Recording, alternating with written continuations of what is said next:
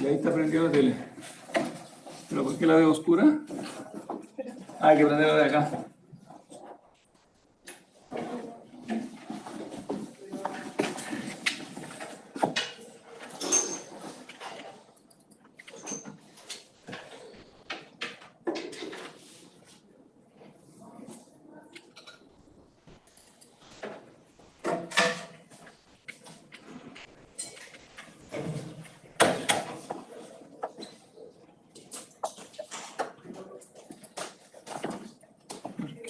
Creo que habíamos bajado ya. Sí, habíamos bajado ya el texto de la metafísica, ¿no? Sí.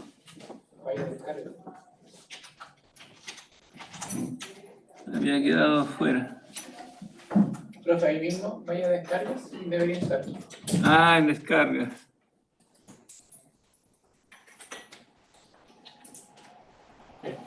La tercera. Ahí. Ah, ahí.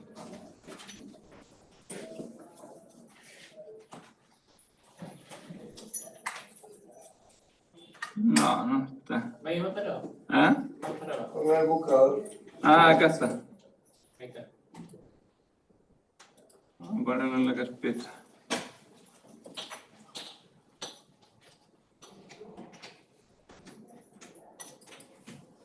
Ahí.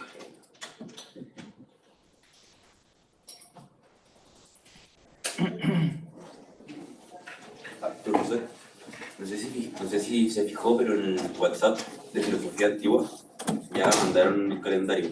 Ah, sí. La prueba entonces va a quedar para el próximo miércoles a la hora de almuerzo. Ya, está bien, sí, sí, sí. Lo que sí hay que conseguir una sala. Vale. Voy a mandar una. La primera, Vaya, para la gente que no la pudo dar. vaya. Está bueno. Está bien. ¿Qué cómo? Ayer leímos libro cuarto, 1 y 2. Sí. Vamos a seguir ahí mismo entonces.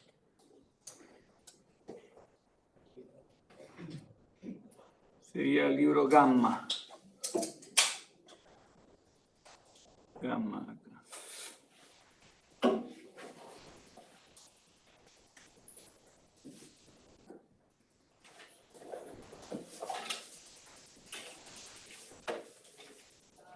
Perdón, no. Hay un alfa grande y un alfa chico. Por eso el cuarto es gamma, ¿eh? Bien. Partamos con el 3 entonces. ¿Quién parte?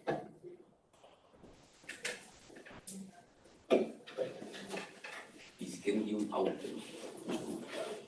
Puede ser en griego, en latino, en castellano, como prefieras. Yo leo, profe. ¿Se imagina ahí? Ya. A 108. Desde abajo a la izquierda, ¿no? Ah, no, el 3 allá, el 319. Sí. Sí. O sea, donde dice, pero hay que decir. El numerito del capítulo es este que está a la izquierda, ¿eh? Ya, ahí está. Un apellido. A 108.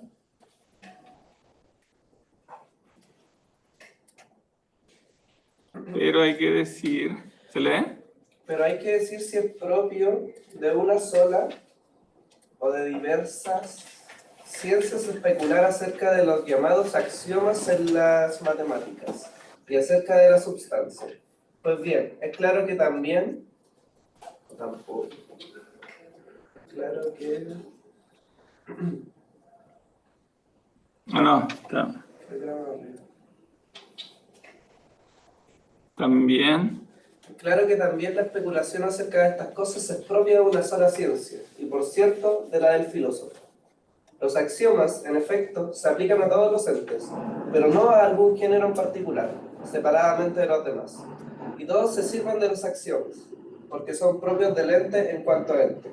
Cada género es ente, pero se sirven de ellos en cuanto les es suficiente, es decir, en la medida en que se extiende el género acerca del cual hacen sus demostraciones. De suerte que, puesto que es evidente que los axiomas se aplican a todas las cosas en cuanto a entes, pues esto es lo que tienen todas en común, al que conoce el ente, en cuanto ente corresponde también la contemplación de estos. Precisamente por esto, ninguno de los que especulen parcialmente intenta decir algo acerca de la verdad o falsedad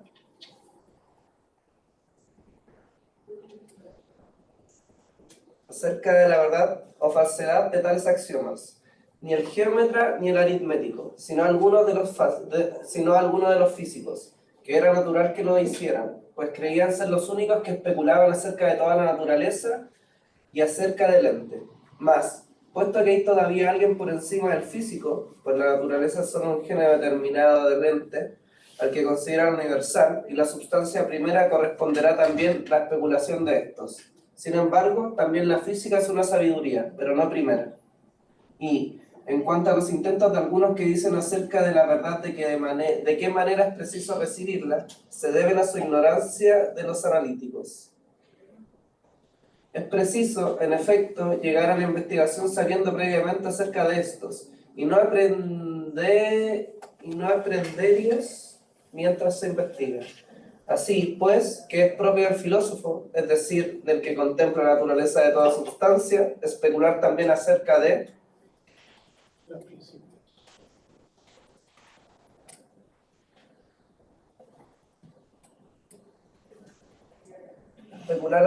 también acerca de los principios silogísticos, es evidente. Y es natural que quien más sabe acerca de cada género pueda enunciar los más firmes principios de la cosa de que se trate.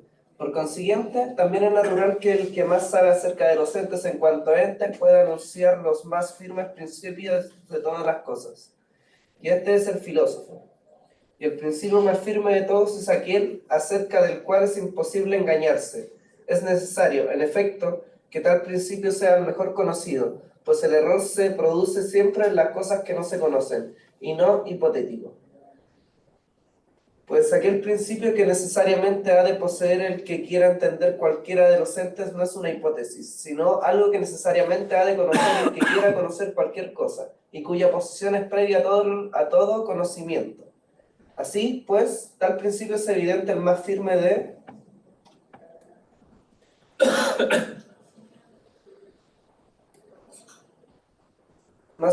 todos. Cual sea este, vamos a decirlo ahora. Es imposible, en efecto, que un mismo atributo se dé y no se dé simultáneamente en el mismo sujeto y en un mismo sentido, con todas las demás puntualizaciones que pudiéramos hacer con miras a las dificultades lógicas. Este es, pues, el más firme de todos los principios, pues se atiene a la definición enunciada. Es imposible, en efecto, que nadie crea que una misma cosa es y no es, según en opinión de algunos, dice Heráclito. Pues uno no cree necesariamente todas las cosas que dice, y si no es posible que los contrarios se den simultáneamente en el mismo sujeto, y añadamos también a esta premisa las puntualizaciones de costumbre.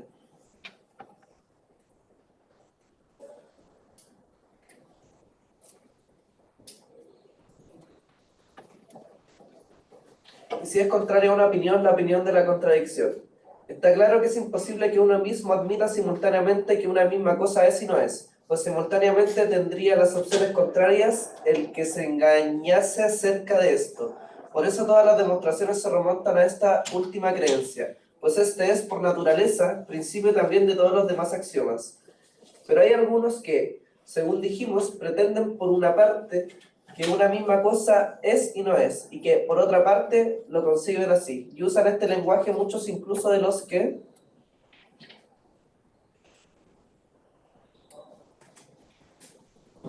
tratan acerca de la naturaleza. Pero nosotros acabamos de ver que es imposible ser uno y no ser simultáneamente. Y de este modo hemos mostrado que este es el más firme de todos los principios. Exigen, ciertamente, algunos, por ignorancia, que también esto se demuestre. Es ignorancia, en efecto, no conocer de qué cosas se debe buscar demostración y de qué cosas no. Pues es imposible que haya demostración absolutamente de todas las cosas, ya que se produciría al infinito, de manera que tampoco así habría demostración. Y si de algunas cosas no se debe buscar demostración, ¿acaso pueden decirnos qué principio lo necesita menos que este? Pero se puede demostrar por refutación también la imposibilidad de esto, con solo que diga algo el adversario. Y si no,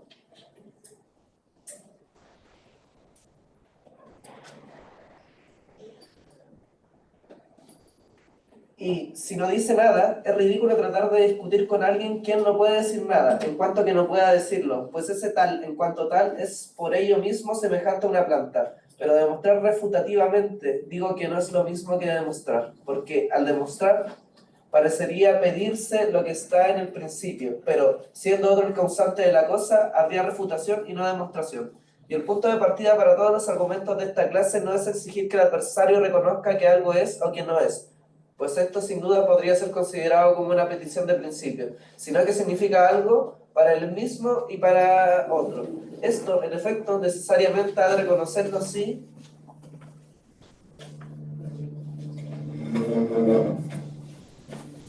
realmente quiere decir algo, pues si no, este tal no podría razonar ni consigo mismo ni con otro, pero si concede esto, será posible una demostración, pues ya habrá algo definido. Pero el culpable no será el que demuestra, sino el que se somete a la demostración, pues al destruir el razonamiento, se somete al razonamiento. Además, el que concede esto ya ha concedido que hay algo verdadero sin demostración. Por consiguiente, no se puede afirmar que todo sea así y no así. Ya.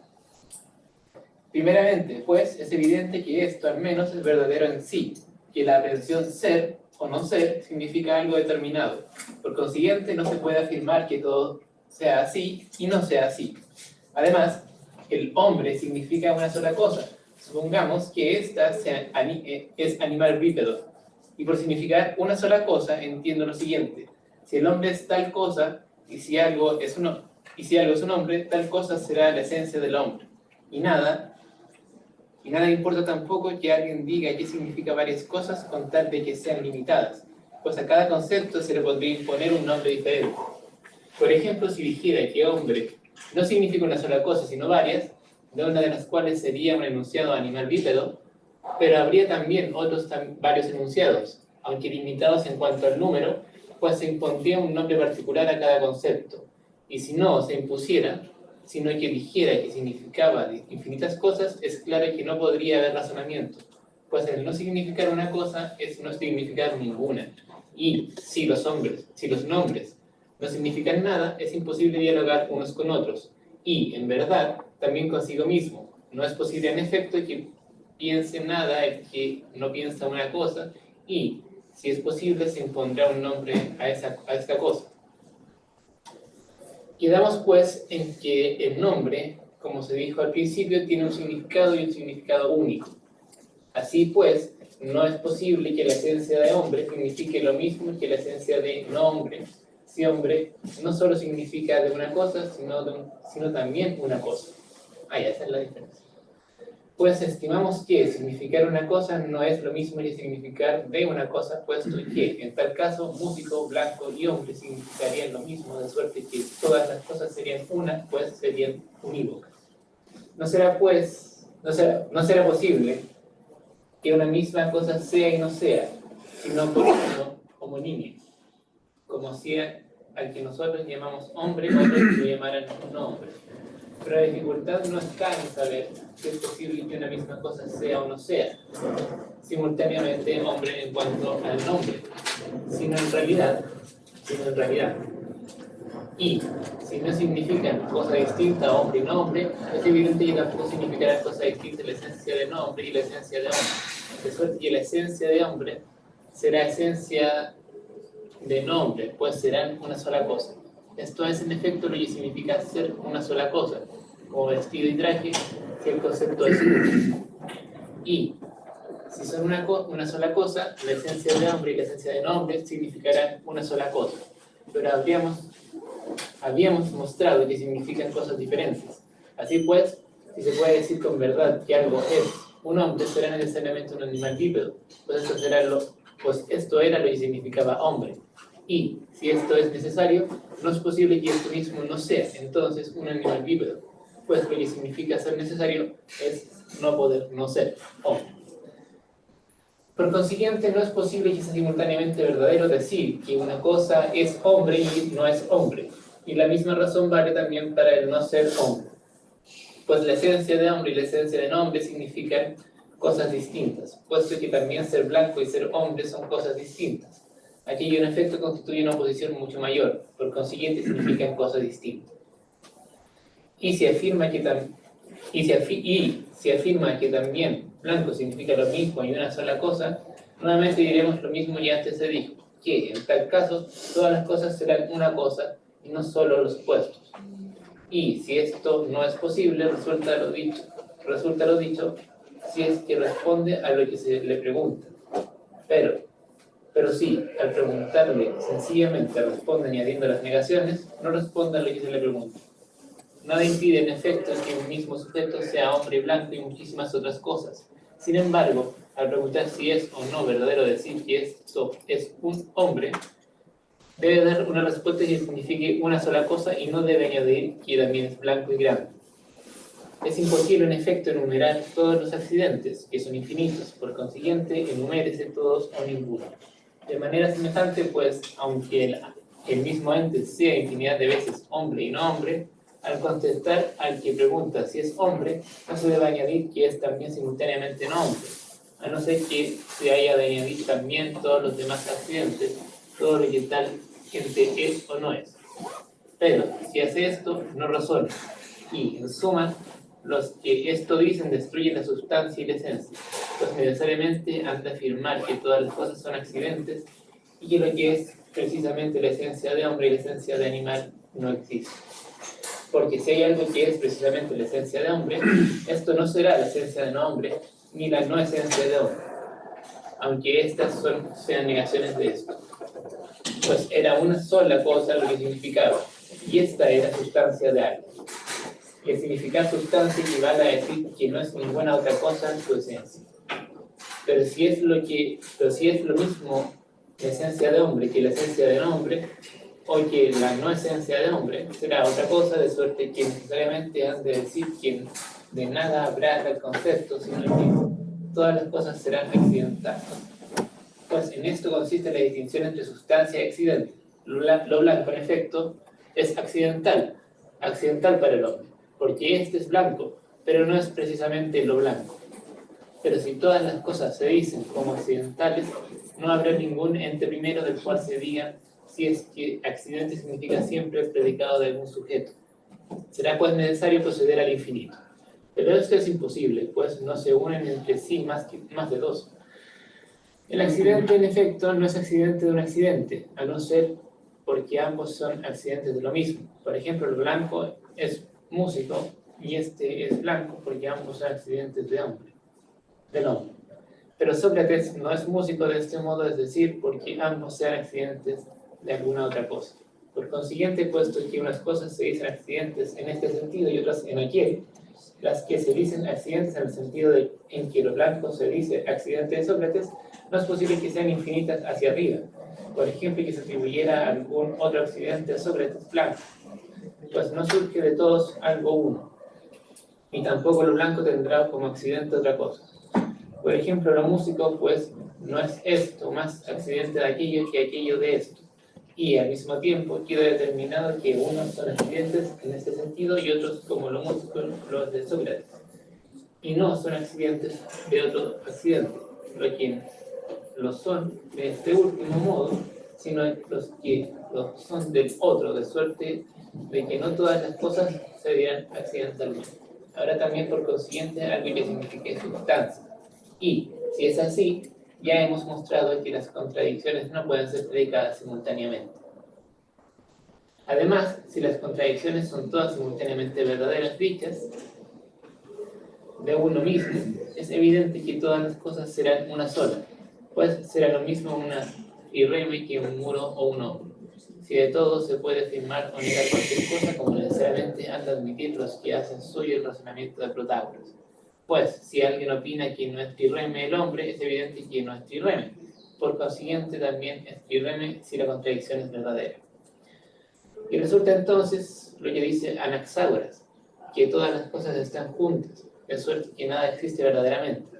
Así pues, estos filósofos parecen hablar de lo indeterminado y creyendo hablar del ente, hablan del no ente. Pues el ente es en potencia y no en entelequia es lo indeterminado. No, eso no. Esa como frase. ¿Mm? Esa frase es importante, supongo, ¿no? Sí, ¿cómo? Espera que vamos a ver cuándo termina esto, porque la división en capítulos... Profe, ¿qué es entelequia? ¿En la intelección? No, ¿O no? no, es como como la finalidad de algo. Ah, ya. O la-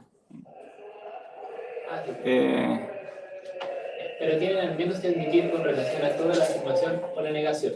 Sería absurdo, en efecto, que en cada cosa pudiera darse su propia negación, pero no pudiera darse la de otra cosa que no hay en ella. Por ejemplo, si es verdadero decir que el hombre es un hombre, evidentemente también será verdadero decir que es trireme o no trireme. Así pues, si se da la afirmación, necesariamente ha de darse también la negación. Pero si no se da la afirmación, al menos la negación se dará más que la de la cosa misma. Por consiguiente, si también esta se dará también la de trireme, y si se da esta, también la afirmación.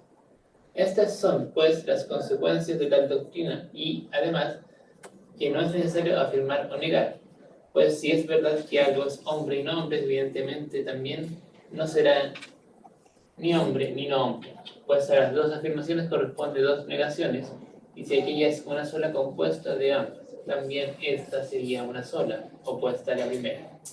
Además, o bien es así acerca de todas las cosas, o algo es blanco y no blanco, ente y no ente, y de modo semejante en cuanto a las demás afirmaciones y negaciones, o no, sino en cuanto a unas sí y en cuanto a otras no. Y si no es así en cuanto a todas, estas serán admitidas unánimemente. Pero si es así en cuanto a todas, nuevamente, o bien de aquellas de las que se puede afirmar, se puede también negar, y de aquellas de las que se puede negar, se puede también afirmar, o bien de aquellas de las que se puede afirmar, se puede también negar, perdón. Pero no de todas aquellas de las que no se pueden negar, se puede también afirmar. Y, si es así, algo será de modo seguro, no ente, y esta será una opinión firme, y si el no ser es algo firme y cognoscible, más cognoscible será la afirmación contraria. Pero si igualmente se puede también afirmar en cuántas cosas se puede negar, necesariamente o bien será verdad que afirma por separado, por ejemplo, que algo es blanco y nuevamente que no es blanco, o no, y si no es verdad que afirma por separado, no dice estas cosas y no existe nada. ¿Cómo puede hablar o andar lo que no existe? Y todas las cosas serán una sola, como ya antes quedó dicho, y serán lo mismo un hombre, un Dios y un trireme y sus contradicciones. Pues sí, de igual modo, se puede afirmar de cada uno, en nada se diferenciará uno de otro, ya que si se diferenciase, esto sería verdadero y propio. bueno, yo creo que tenemos suficiente, porque aquí este capítulo...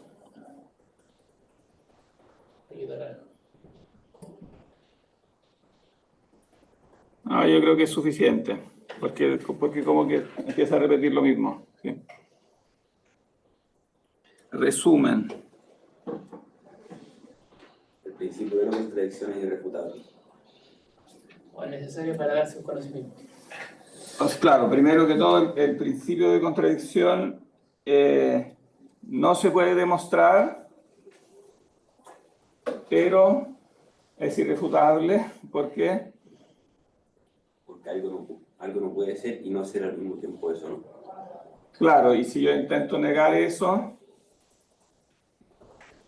Me sale la indeterminación hasta por los bordes. ¿cómo? No puedo conocer ni determinar, y todas las cosas serían las mismas. Claro, todo sería Igual. lo mismo, porque predicar una cosa sería lo mismo que predicar su contrario, en definitiva, claro. Entonces no se puede demostrar porque la demostración necesita un principio. Claro, no se puede proceder hacia atrás en la demostración. Y entonces, claro, evidentemente es algo que hay que saber a priori, en definitiva, es algo que no es hipotético. Aquí usa exactamente la misma palabra que usaba Platón en ese pasaje de la República cuando hablaba del del comienzo de la línea, ¿no? Que hay un comienzo de la línea que es arjé, que es anipotético. Y aquí también lo dice, ¿no? Solo que ahora se me perdió. Parece que era en el 3. Entonces se demuestra su necesidad más que su... ¿O no, profe? ¿Cómo? O sea, más que demostrar, se muestra su necesidad para poder concebir las cosas tal como son. Claro, se muestra su necesidad y su universalidad. Claro, que se aplica al ente en cuanto a ente. Entonces es propio de la filosofía primera, porque se aplica a todo ente. Porque en el fondo es una aplicación de la propia idea de ente. Claro, es la propia... en el fondo es la noción... Yo creo que Platón lo dice de una manera más rigurosa, porque en el fondo muestra que el arjé es una noción. Porque en principio llama Aristóteles una proposición, pero en el origen de la proposición hay una noción simple. En el fondo es una noción simple que se está aplicando, ¿no? Ese es el principio en el sentido más riguroso, porque no es proposicional, es algo absolutamente simple, ¿no? Y los llamados primeros principios, o el primero de los primeros principios, que es el principio de identidad y el de no contradicción, es en el fondo una aplicación de la idea misma de ente, ¿no? Pero eso no lo dice aquí explícitamente, pero se puede deducir de acá. Y entonces, bueno, eso después se aplica a todos los predicados, ¿no? No puede ser lo mismo ser y no ser. Del mismo modo, no puede ser lo mismo hombre y no hombre, porque cada palabra tiene que, digamos, definir una cierta esencia, ¿no? ¿Cuál es el principio de identidad? Que A es igual a A. Ah, principio de identidad y no contradicción es lo mismo. Básicamente es lo mismo, claro. Son dos maneras de decir lo mismo, sí. Profe, que llegué un poco tarde, ¿me puede aclarar la distinción? Cuando se habla de accidente, ¿a qué se refiere? Cuando se habla de un accidente... Claro, él contrapone la sustancia al accidente. El accidente... Accidente es algo que se predica de una sustancia, pero no sustancialmente. O sea, porque de la sustancia se predican cosas que son necesarias para definir ese ente. O sea, hay una definición de hombre. El hombre se define, por ejemplo, animal bípedo. O tú le puedes agregar otras 10 cosas, pero que son todas esenciales, ¿no? Son su esencia que define su sustancia, ¿no? O sea, la esencia es como, en el fondo, la definición, el concepto, ¿no? Que define esa sustancia en cuanto tal. Y después hay otros predicados que pueden agregarse, pero que no son necesarios de esa, no se incluyen en la definición de esa sustancia como tal. Entonces, el hombre puede ser pelado, por ejemplo, o no pelado. Eso es accidental. Sustancia definida como la que se mantiene. Pero claro, pero es importante que haya digamos, algo que se dice de la sustancia como tal, porque la define como entidad. Entonces, Sí, claro, porque si los predicados que tú predicas no fueran, diríamos, unidos en una sustancia, todo sería accidental. Todos los predicados serían accidentales, ¿no? Entonces es importante, digamos, la distinción entre predicado sustancial, que tú estás diciendo que hay como un ente real, del que se predica, un sujeto en el fondo, del que se predican esos atributos esenciales, y después puede haber otros atributos accidentales, ¿no? Pero primero tiene que en el fondo postularse un centro, un sujeto, un centro de atribución que es sustancial, que le hace como de sustrato, digamos, a todos los predicados. se podría decir entonces que, ¿saben? Contaste el accidente es algo que se predica de la sustancia, pero no es como la sustancia en sí, o igual sigue siendo la sustancia en sí, solo que es un derivado con una conexión. Claro, no es la sustancia en sí porque esa sustancia puede ser igualmente sustancia así definible sin ese predicado accidental, ¿no? Pero hay que partir por postular que algo, en el fondo la sustancia es es la actividad de la mente, o sea, la sustancia no es la actividad de la mente, pero la sustancia corresponde a esa actividad de la mente que le atribuye el ser unitario a una cierta cosa. Tú dices, este es un hombre, o sea, es un sujeto que tiene su ser, que unifica sustancialmente esas predicaciones. ¿Cuáles eran las condiciones para hacer sustancia? Que en el fondo tiene un ser, digamos que es un ser, dice Aristóteles, que es en sí, kathauto, que tiene como su independencia. Vos dice que es koristos, que es separado, o sea, que es separado de otro, que es distinguible de otro, como que tiene una unidad por sí mismo. Entonces, si la sustancia es como el sujeto en sí, el accidente es como lo que se predica de la sustancia insustancialmente. Es como decir algo que le pasó. Claro, es algo que le pasa a esa sustancia. Tú predicas algo de una sustancia en cuanto a lo que ella es, pero eso es distinto a predicar algo de una sustancia en cuanto a lo que le pasa, claro. Si a él se le derrama una copa de vino, eso es un accidente del mantel. El tema del alma, Aristóteles dice que no es sustancia, pero en ella hay una sustancia. Claro, ella es sustancia, sí, él dice que el alma es una sustancia porque es forma. Para él el alma es la forma del cuerpo. No hay lo sustancial en ella, en el intelecto. ¿Ah? El intelecto en el alma es lo sustancial del alma y accidente al intelecto es la identidad de cada uno. Eso como para identificar como en un compuesto. Como decir, ya, el alma de Sócrates no es una sustancia en sí, sino que el intelecto que hay en el alma de Sócrates es lo sustancial en su alma y lo accidental es la identidad de Sócrates mismo. Por eso el alma no sería inmortal en un punto, o te digo, No, es claro, pero efectivamente ahí se le produce a él un problema. Bueno, se le produce un problema específicamente con eso de la inmortalidad del alma, claro, porque para él, en el fondo, él dice que el intelecto en el alma es lo único que es inmortal, pero después le resulta difícil identificar el intelecto con la individualidad del alma, porque resulta que el intelecto tiene como este elemento de objetividad, de universalidad, de trascendencia, ¿no? Porque el intelecto es algo que en el fondo refleja lo que es común a todos, lo que es universal, lo que es eterno. Tanto luz. Claro, y entonces él dice que es algo separado, sustancial. no es algo, claro, pero separado del alma también, o sea, como que no es parte de la esencia misma. Entonces ahí se le produce un problema, porque ahí no calza eso con la inmortalidad del alma en el sentido de Platón, que digamos que el alma tiene una...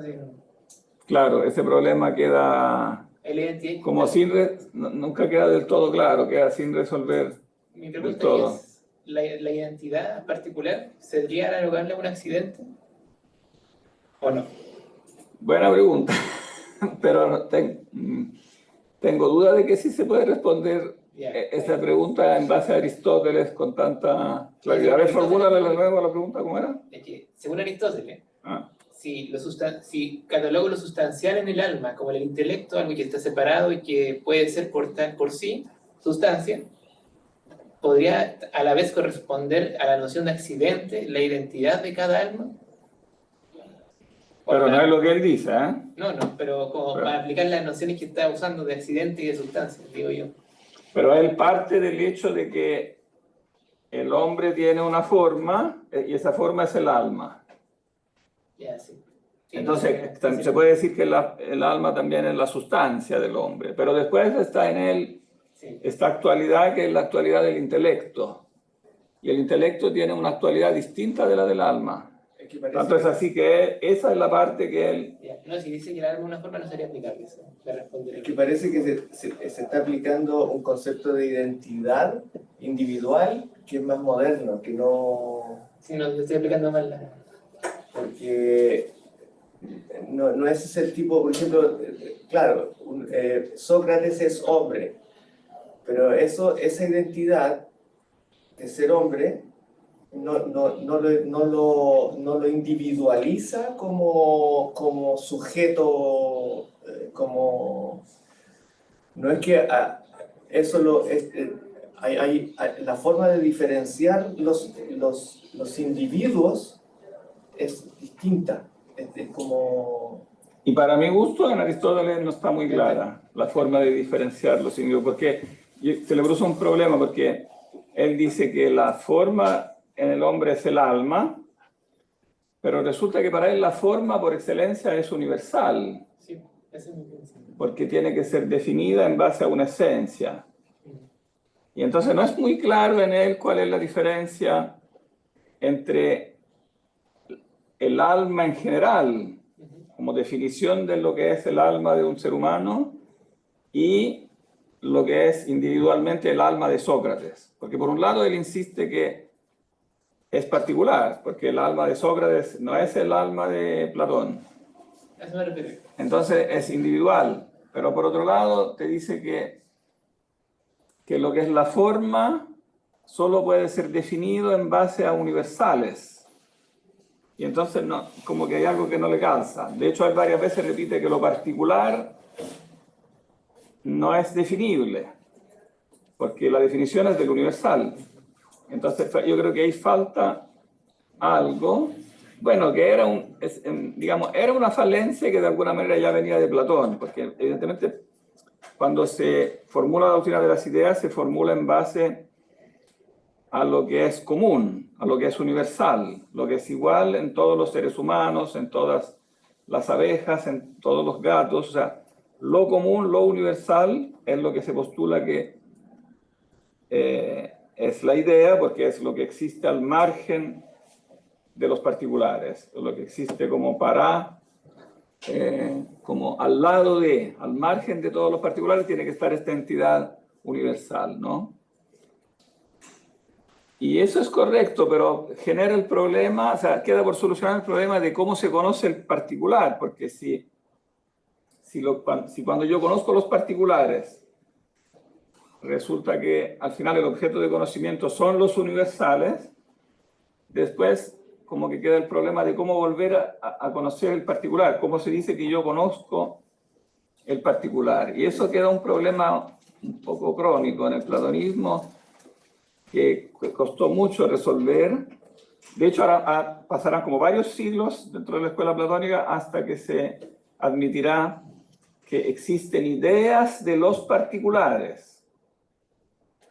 Al menos hasta donde yo sé, eso aparece recién como unos 300 años después de Platón y Aristóteles, como en torno al siglo I antes de Cristo, como la noción que a pesar de que las ideas se descubren como universales, finalmente deben existir las ideas de los particulares, porque si no, no podríamos conocer los particulares, ¿no? Pero eso en Aristóteles todavía muy prematuro, todavía Aristóteles no resuelve eso. Ahí entiendo el problema que se hace. Pero habría una ruta en el sistema a través de la diferencia específica. O sea, Hay una diferencia específica, pero de la especie. pero, por ejemplo, Sócrates, como perteneciente a la especie del ser humano,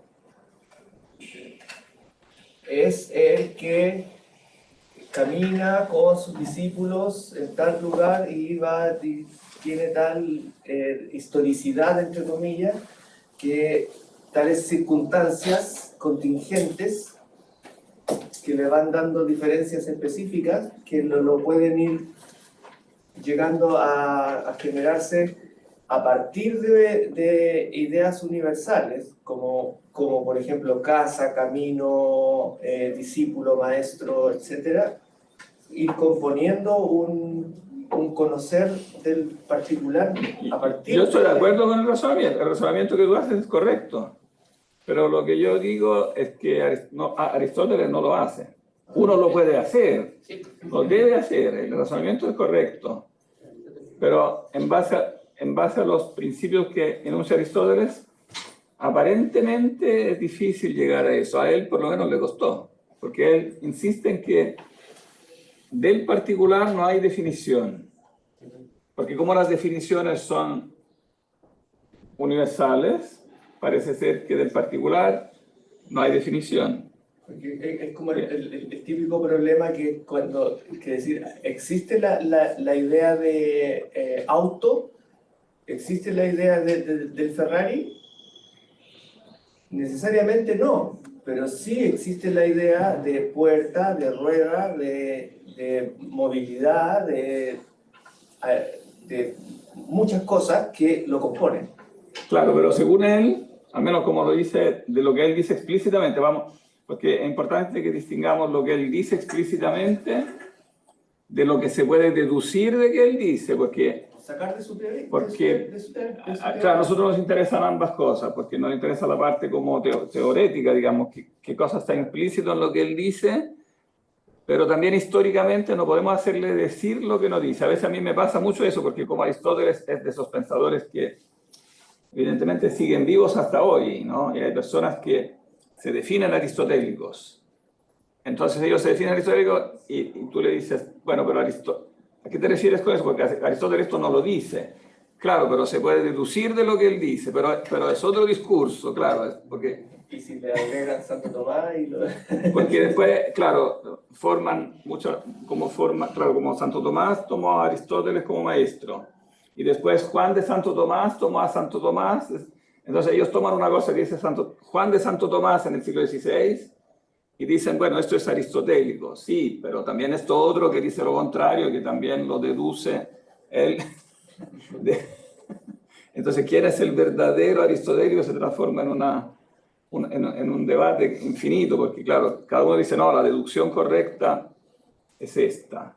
Entonces yo me limitaría a decir lo que Aristóteles dice explícitamente, y después si tú sacas una deducción está muy bien, pero no empieces a atribuírsela a Aristóteles, porque si no nos confundimos. Para mi gusto eso confunde mucho, porque no se sabe si estamos hablando de algo histórico o de algo teorético. Entonces es importante, yo creo, distinguir. Yo creo que en un plano histórico, en base a lo que Aristóteles dice expresamente, este es un problema que en su sistema existe. No se sabe cómo conocer el particular, porque como el conocimiento es del universal, y creo que él dice expresamente tal cual que por mucho que tú sumes muchos universales, nunca llegas al particular, que es lo contrario de lo que tú acabas de decir.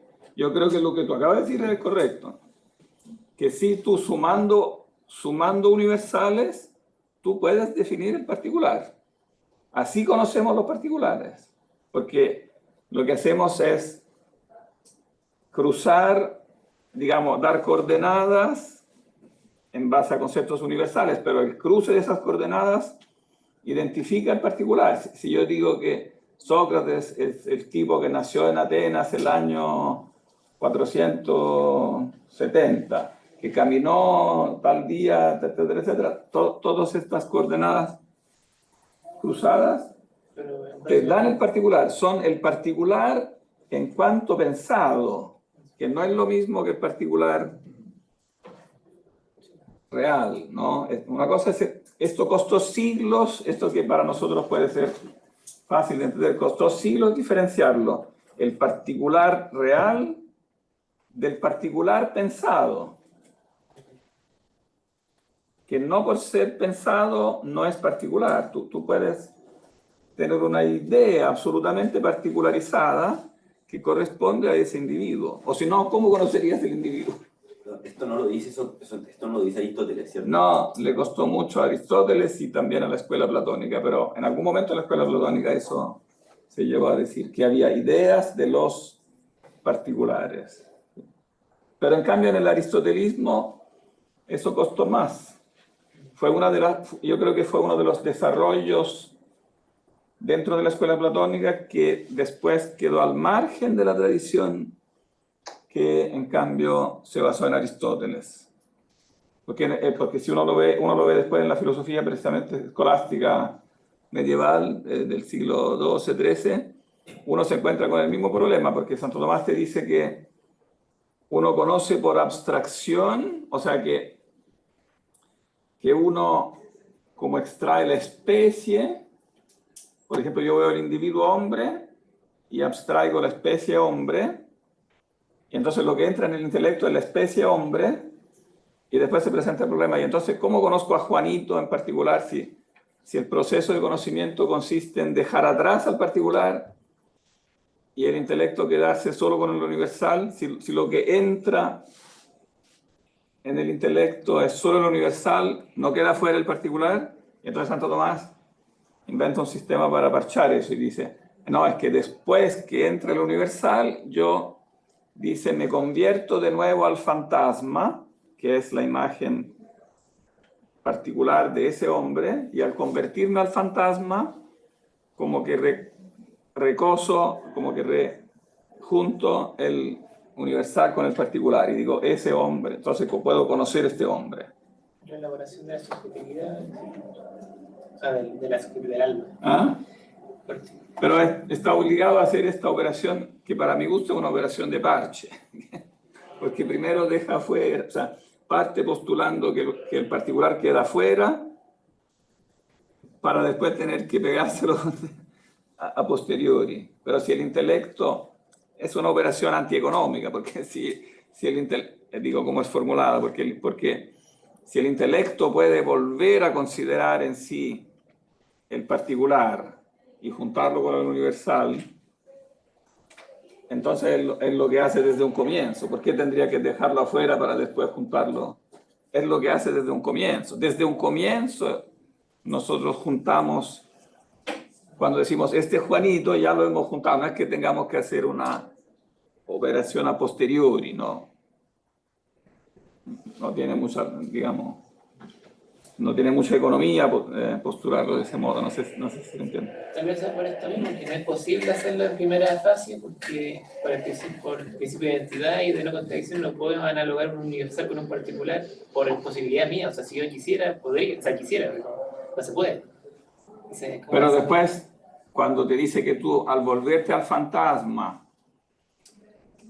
puedes volver a juntar el particular con el universal, entonces yo digo, no, entonces no es más fácil decir que yo lo hago desde un comienzo.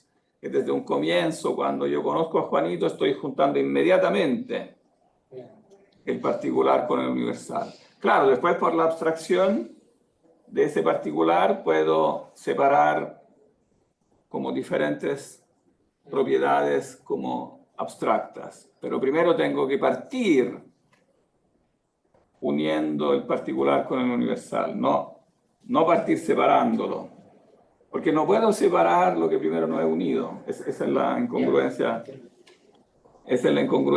originaria de ese razonamiento, que pretende que tú separes algo que nunca primero has unido. Entonces la mente tiene que primero unirlo, o sea, primero tiene que ver el particular dentro del universal y decir, este es un ente. Cuando yo digo, este es un ente, ya estoy uniendo el particular con el universal, porque estoy diciendo, esto, que es particular, es un ente. O sea, le estoy atribuyendo la idea de ser que es universal. Entonces, de partida yo estoy haciendo esto, de ahí parte, ¿no? Y por eso el principio de no contradicción es lo que se aplica a todo ente, porque primero la idea de ser es lo que se aplica a todo ente. Entonces, una vez que a todo ser le aplico la idea de ente, después puedo abstraerla y considerarla ella por sí sola y formularla como principio, ¿no?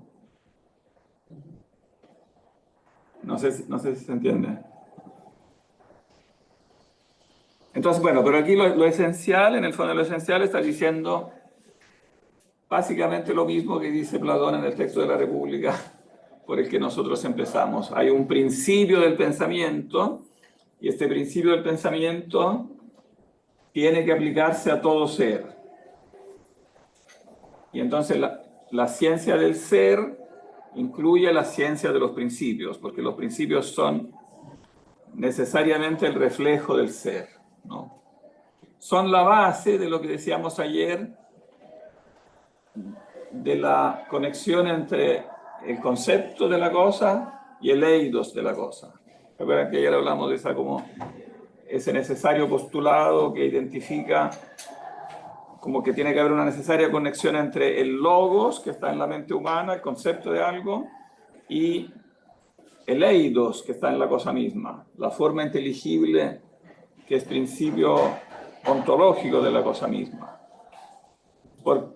¿En qué está basada esa conexión, en definitiva? Recuerden que hicimos este, voy a hacer de nuevo el dibujito para ahí. Hay una conexión, pero Aristóteles intenta desconectarlo, ¿no? ¿Cómo? Hay una conexión intrínseca, pero Aristóteles no quiere decir eso.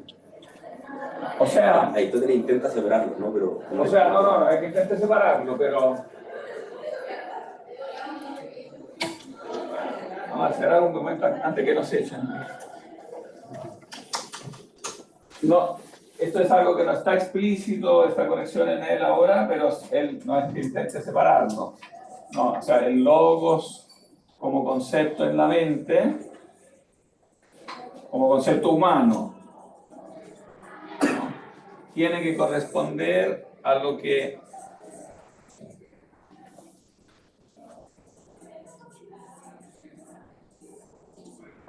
es el eidos en la cosa. Cuando conocemos la cosa, decimos que mi concepto de esta cosa corresponde a la cosa, necesariamente estamos diciendo que corresponde al eidos, o sea, a la esencia inteligible,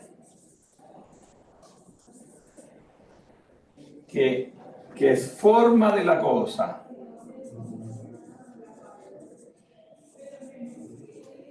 Y yo dije ayer que eso es el postulado, que no es eso que se puede, no es que se pueda demostrar eso, como pretende Kant. ¿No? De hecho, Kant dice no se puede demostrar y por lo tanto no lo debemos, o sea, tenemos ahí una desconexión. Kant es quien lo desconecta en el fondo, porque está diciendo no podemos saber que el logos corresponde al eidos. Y Aristóteles le respondería que no podemos demostrar eso, efectivamente. Tiene razón Kant que no lo podemos demostrar, pero el problema no es porque no es verdadero, sino porque es el postulado. Es porque querer demostrar eso sería lo mismo que querer demostrar el principio de la contradicción. Porque el logos es una aplicación del principio de la mente. Los logoi, los conceptos que nosotros formulamos no son más que aplicaciones de los principios de la mente y últimamente del primer principio que es el ente, la idea de ente. Claro, es que hay una contención en el sentido que está contenido en la experiencia básica, más básica del ente, el que se empiecen a desprender conceptos. Claro, del principio de la mente, que es en el fondo el ente, la idea de ente, se desprenden después los conceptos determinados, con determinaciones que vienen como de la experiencia, pero ¿por qué sabemos que los conceptos son verdaderos? Porque en el fondo el principio que está en la mente tiene que corresponder al principio que está en el ser. El principio ontológico mismo de la realidad tiene que estar reflejado en el principio de la mente. Nuestra idea de ente tiene que corresponder al ser verdadero. Y eso lo tenemos que postular, porque si postulamos lo contrario, es como decir que no podemos pensar nada. Ese no es este principio, ¿cierto? ¿Cómo? Quiere decir, leímos, es del... Es exactamente el mismo principio, que el principio de no contradicción te dice que un ente no puede al mismo tiempo ser no ente. O sea, el principio de no contradicción es la primera aplicación de la idea de ente, que un ente no es un no ente, que un hombre no es un no hombre. ¿Pero es un principio del logos o es un principio del ser? Es que el postulado básico es que el principio lógico tiene que reflejar el principio del ser. Porque si tú niegas eso, estarías diciendo que a priori no conocemos. Pero decir que a priori no conocemos es una cosa que no puedes decir, porque en cuanto tú la dices, como él dice acá, si alguien habla, dice, para que alguien admita el principio de no contradicción, yo no pido nada más que alguien hable, porque en el momento que alguien habla, con el solo decir una palabra, está aceptando el principio de no contradicción, porque está de partida afirmando que decir gato no es lo mismo que decir no gato, que decir blanco no es lo mismo que decir negro. Entonces, en el momento que uno abre la boca, ya está confesando que cree en el principio de no contradicción. Y después dirá, incluso si no abre la boca, porque Cratilo, para refutar a Sócrates, que decía cualquier cosa que tú dices implica que estás aceptando la regla básica de la mente, ¿no? Entonces Cratilo dijo, bueno, entonces yo me quedo callado, no digo nada. Entonces Aristóteles le dice, no importa, porque aunque tú te quedes callado, cuando tú vas de la escuela a tu casa, aunque no digas nada, la propia acción muestra que tú estás pensando que ir a tu casa es mejor que ir, no sé, a tirarte al río. O sea, tú estás haciendo, cualquier acción que tú hagas es el reflejo igualmente de una idea que tú estás prefiriendo a otra. Tú estás diciendo, es mejor ahora que me voy a mi casa a que voy para otro lado. O si hay un hoyo entre aquí y tu casa y tú das la vuelta al hoyo, aunque no digas nada, estás diciendo, es mejor no caerse al hoyo que caerse al hoyo. O sea, estás diciendo que caerse al hoyo y no caerse al hoyo no es lo mismo.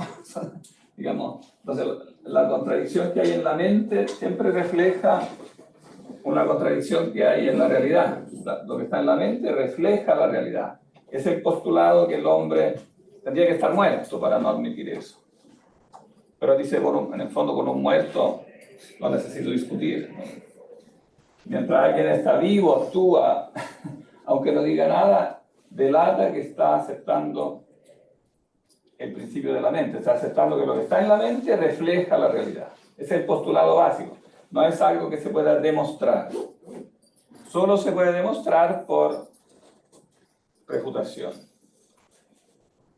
Y hay evidente que no se puede demostrar, porque demostrar significaría demostrar en base a algo que está anteriormente, pero si ese es el principio, por la definición no puede haber algo que está anteriormente. Entonces, no se puede pretender demostrar los principios. Por eso los principios son los que después se llamarán como a priori, digamos, lo que está. No es algo que llegamos a conocer, sino que es algo que necesitamos conocer para después pasar al resto, pero primero tenemos que partir. No, y en el fondo el significado más profundo de lo que Platón quiere decir cuando dice que el conocimiento es reminiscencia, porque en el fondo es tomar conciencia de algo que ya estaba en la mente. Conocer es reconocer, porque es confrontar los conceptos nuevos, compuestos que se me proponen, ver si están acorde con los principios, si no encierran contradicciones, si pueden verificarse en base a las reglas del pensamiento que son a priori. Entonces yo reconozco que algo es verdad. No podría conocerlo si no lo reconociera, si no lo comparara con un término de referencia, con un término de juicio. Es repensable. ¿Ah? En este término, si la correspondencia permite pensar algo, refiere a esa relación correcta entre principio y logos. Claro, yo puedo en el fondo, es cierto que puedo equivocarme en el logos, en formular un concepto. Aquí no está, sí. Es cierto que puedo equivocarme en formular conceptos, pero siempre puedo corregirlos en base a los principios. Pero no puedo criticar los principios. O en otras palabras, no puedo criticar la razón pura, como pretende, porque la razón pura precisamente son lo que es anterior a la experiencia, lo que son los conceptos puros. Eso no los puedo criticar, crítica de la razón pura. En sí mismo el concepto es contradictorio.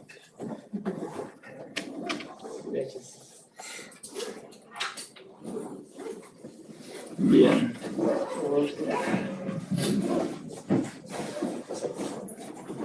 Para